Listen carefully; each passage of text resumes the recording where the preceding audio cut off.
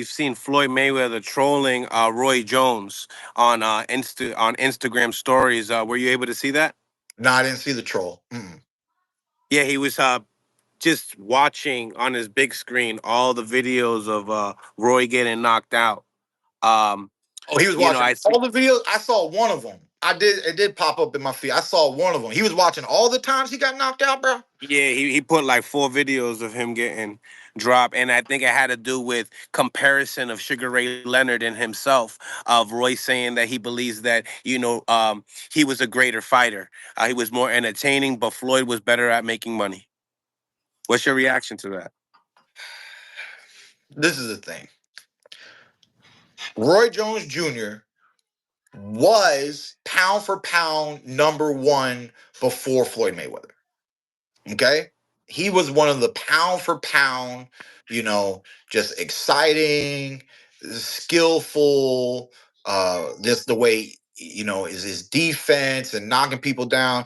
I'll be honest, for me, I remember where I was, exactly where I was the first time I ever saw Roy Jones Jr. fight on TV. Okay, I was an amateur. I was at a Pound Nationals, and I was in the hotel room with one of our heavyweights, Kenny Lacey, and so Kenny Lacey. the brother of Jeff Lacey. So never really turned pro, but he had an amateur career. So me and Kenny were hanging out. He put the fight on. I don't know how we were watching this fight in the daytime or something. It's so weird, but we were watching it, and I never seen Roy Jones. Like, he's like, you don't know who Roy Jones is? I'm like, I mean, I know who Roy Jones is, but I've never seen Roy Jones fight. And it's blowing my mind because I'm yelling at the TV, like, put your hands up. Put your hands up. Like, I'm an amateur. My coach always said, put your hands up. Put your hands up. You know what I'm saying? I'm like, yo, put your hands up. He's like, man, that's Roy. And I'm like, okay. He can put his hands up. You know what I'm saying? Like, I don't understand what I'm watching right now. Like, he was fighting Tito Trinidad, and he beat Trinidad, and that's the first time I really got to see that whole playful style of Roy Jones Jr. But I just clearly remember him being ranked number one pound for pound. But I tell people, pound for pound, it means nothing. It means nothing except when you're number one.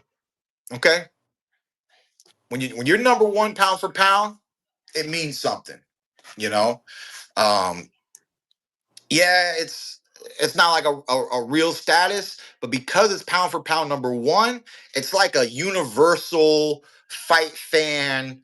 Like, you're almost like the favorite amongst the masses. It's almost like you're the favorite amongst the masses. So that means that Roy Jones Jr. was the favorite amongst the masses. Then Floyd was that, right?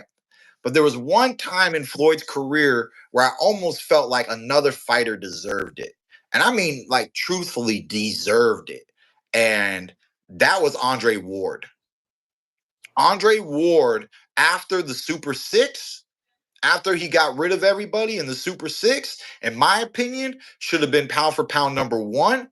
He was ranked pound for pound number two. Why, you ask? Because Floyd Mayweather was pound for pound number one.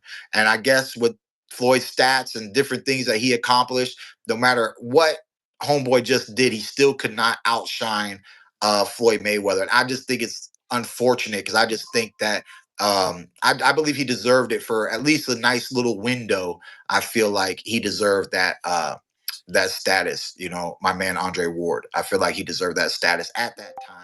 And then, of course, Floyd winning, getting, retiring, coming back, winning titles again. Of course, he would easily dominate and get back to number one. But Floyd had it like for so long. I really don't think if anybody's held pound for pound number one status as long as Floyd Mayweather. I don't know the statistics, but I'd put $1 on it.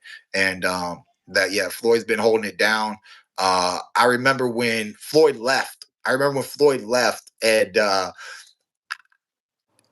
trivia, everybody.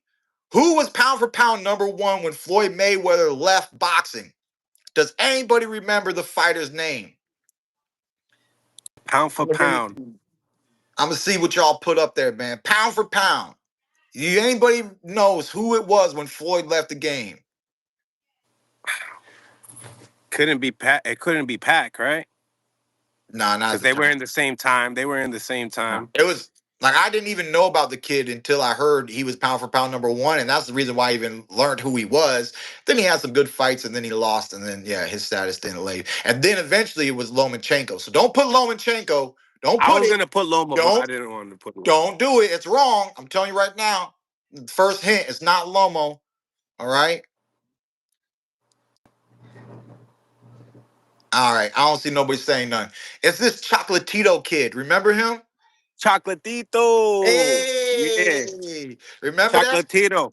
Yes, he Yeah, was. man. Yeah, So to me, nobody really like he didn't hold it down, hold it down. I like what did he how did he even get on the list? Like it was blowing my mind. I didn't understand who the fighter was. I mean, obviously he's so light and I didn't know what was going on down there, but they chose to pick him.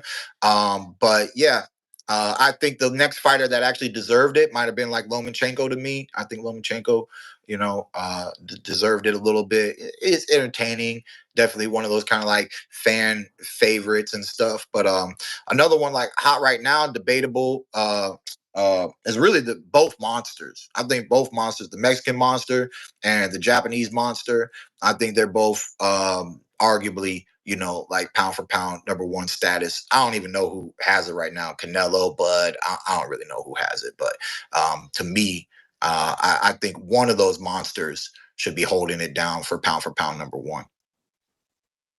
Shoot, I mean, David fighting Anthony Yard next for the title. What you think about that fight?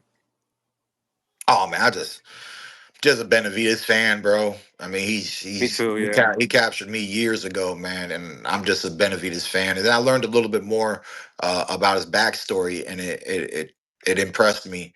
I didn't know certain things about him. Growing up, training next to Pacquiao while he was like a young little fat kid and everything, and just move his hands. But when I saw that clip of him being in the gym. I think it might even still been with like one of those Ellie setback reporters back in the day. Because I mean, he was a jit. He was just like a California kid, bro. And like I didn't know his background in boxing, like young status. I didn't know anything about Benavidez's background. But once I saw that one clip, boom, all the pieces of the puzzle came together. Because I always wondered why that man can throw his hands like that when he's that big. No, big boys don't throw their hands like that, right? But that's because inside him, he got this little Pacquiao in him. You know what I mean? He kept seeing all those flurries. He kept imitating, bum bum bum. So he get in the ring. He Because get they're in the people. gym He together. get. They was in the gym. That's what I'm saying. Like I didn't know this stuff. And as soon as I saw the little clip, it's like boom.